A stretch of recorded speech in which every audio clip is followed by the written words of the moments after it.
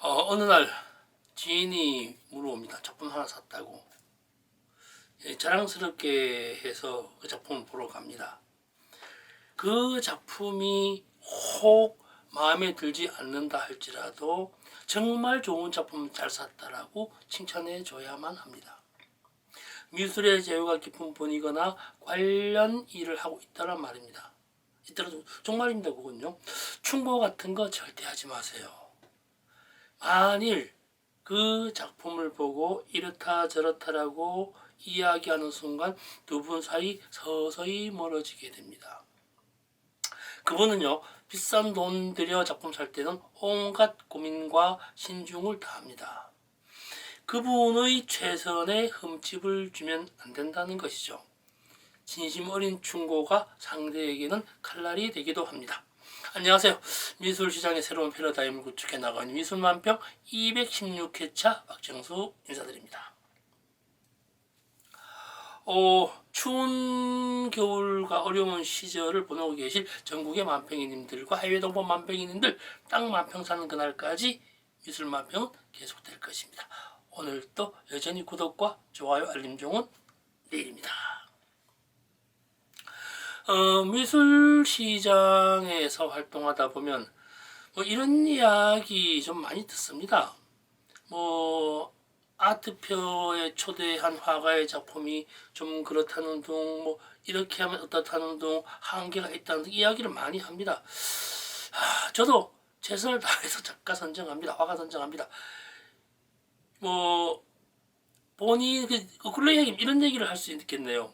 본인의 작품을 제가 선정을 하면 최고라는 말을 빗대서 말하는 것 같기도 해서 좀 씁쓸하기도 합니다. 솔직히 대다수 화가님들, 예술가님들, 미술가님들, 조각가님들 본인 작품이 세계 최고 아니겠습니까? 오늘은 이런 이야기가 아니라 미술 시장에 있다가 보면요, 화가가 죽으면 값이 오른다라는 말을 많이 합니다. 맞는 말일까요? 맞기도 하고 틀리기도 합니다. 글쎄요. 결론부터 말씀드리자면은 유족이 보관하고 있는 작가의 작품은 어떻게 될 것인가 이런 이야기를 오늘 해보고자 합니다. 마케팅 관련해서 이런 얘기 저런 얘기 한번 해보려고 합니다.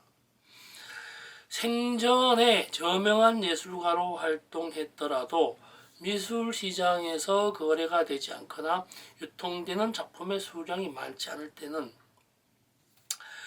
지자체 미술관에서 기증조차 받지 않습니다. 좀 문제 있긴 합니다. 시장에서 높은 가격이 형성되어 있잖아요.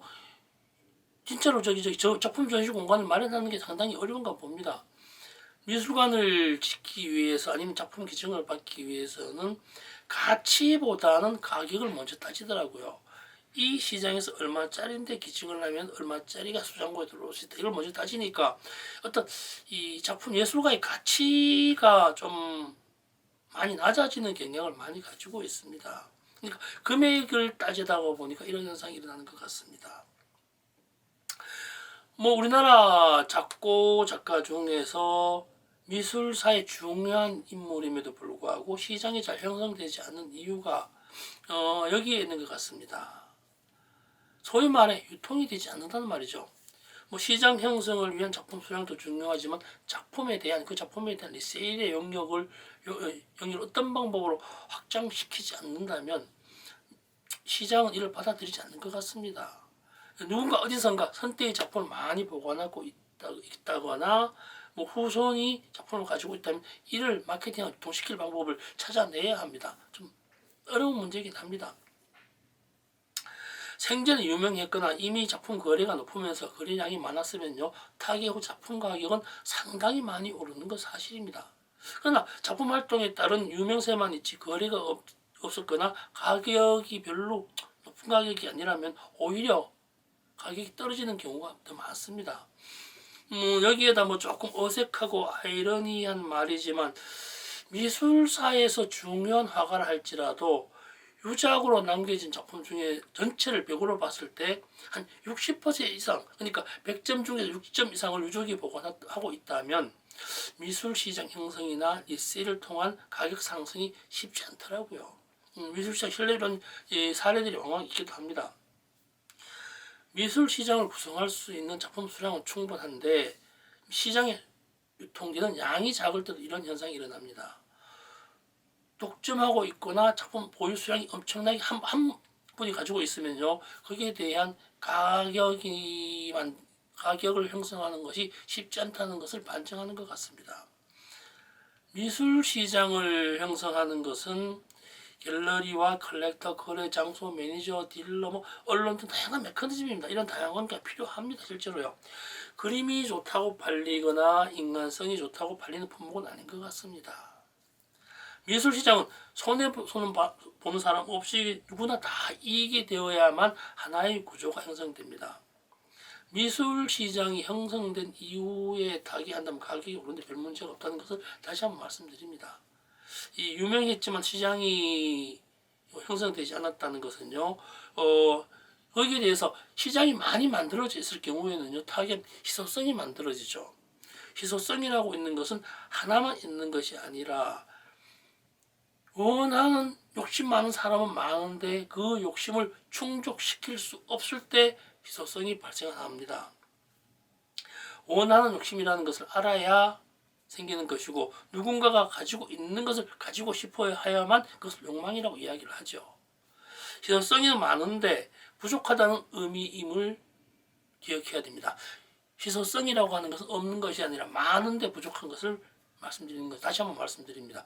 그러니까 시장에 희소성을 발생하기 위해서는 보관하고 있는 양이 많은 것이 아니라 유통되는 양이 많아야 발생한다는 것입니다. 화가가 죽은 후에 가격이 오르기 위해서는 똑같은 얘기예요. 가지고 싶은 사람, 현금을 보관하고 있는 상태, 그런 조건들이 만들어져야 되죠. 아주 유명했었는데 생전에 타기 후에 보니 가격이 막 떨어지더라. 이런 경우는요, 그분의 명성 가격과 생전의 활동량과 사회성에 대한 지배력이 타기 후엔 사라졌기 때문입니다. 그림 가격이 여기 포함되어져 있었던 것이죠. 이러한 명성과 사회적 조건들이 그림 가격에 포함시킨 채로 유통시키기 위해서는 결국은 마케팅인 것 같습니다. 좀 주의할 부분인 것 같아요. 미술 시장은 우리나라 미술도 마찬가지고 어느 나라도 마찬가지입니다. 자본주의를 기본으로 하고 있습니다. 마케팅이거나 작전이거나 할 것 없이 가격을 올린다는 것은 어떤 작전을 피우거나 누군가의 이익을 보아야 합니다. 누군가의 이득이 되어야만 그러한 세력이 만들어지고 시장을 만들어내죠. 작품 가격 상승과 시장 형성하기 위해서 열심히 노력했는데 내가 이득이 나한테 오는 것이 아니라 그 작품을 보관하고 있는 어느 누군가가 훨씬 많은 이득을 보게 된다면 그 일은 하지 않고 맙니다. 가치에 대한 문제가 아니라 가격에 대한 문제죠. 열심히 활동한다는 게 돈을 벌기 위해서, 미술에 돈을 벌기 위해서 하는 것인데 돈을 열심히 벌려고 했는데 그 이익이 유족한 데 간다? 그림을 많이 가지고 있는 어떤 독점하고 사람한테 간다고는 안 하고 말죠. 그래서 함께 할 수 있는, 협업할 수 있는 방법을 찾아내야 한다는 것이죠. 미술시장 형성을 위한 그런 예뿐만 아니라 지금 고민 많습니다. 이런 말도 많이 합니다. 원로 작가님이 그러시더라고요. 내 죽기 전에 누군가가 내 미술관을 지어준다면 많은 작품을 기증할 것이다 라는 말씀을 하십니다. 이 걱정 많으실 것입니다. 진짜로요. 수장고에 수백 점이 넘는 작품이 보관하고 있는데 타기에 어떨 것이 관심이 많죠. 작품 관련 이런 일들을 위해서 다양한 해법을 가지고 지자체와 논의하기도 했었습니다. 잘 풀리진 않습니다. 원로 화가님과 같이 논의하기도 했었는데 쉬운 노릇은 아닌 것 같습니다. 그래도 이것은 이 화가님들과 예술계와 미술시장과 저 같은 미술에 관련 있는 사람들이 함께 힘을 보태고 노력해서 풀어야 할 문제인 것 같습니다. 가격만 중요한 것이 아니라 그 화가의 가치를 보존하고 보증하고 후세에게 전달시킬 수 있는 다양한 방법을 찾아내야 하는 것이 우리의 숙제인 것 같습니다. 나머지는 다음에 또 계속하도록 하겠습니다. 오늘은 여기서 마치겠습니다. 고맙습니다.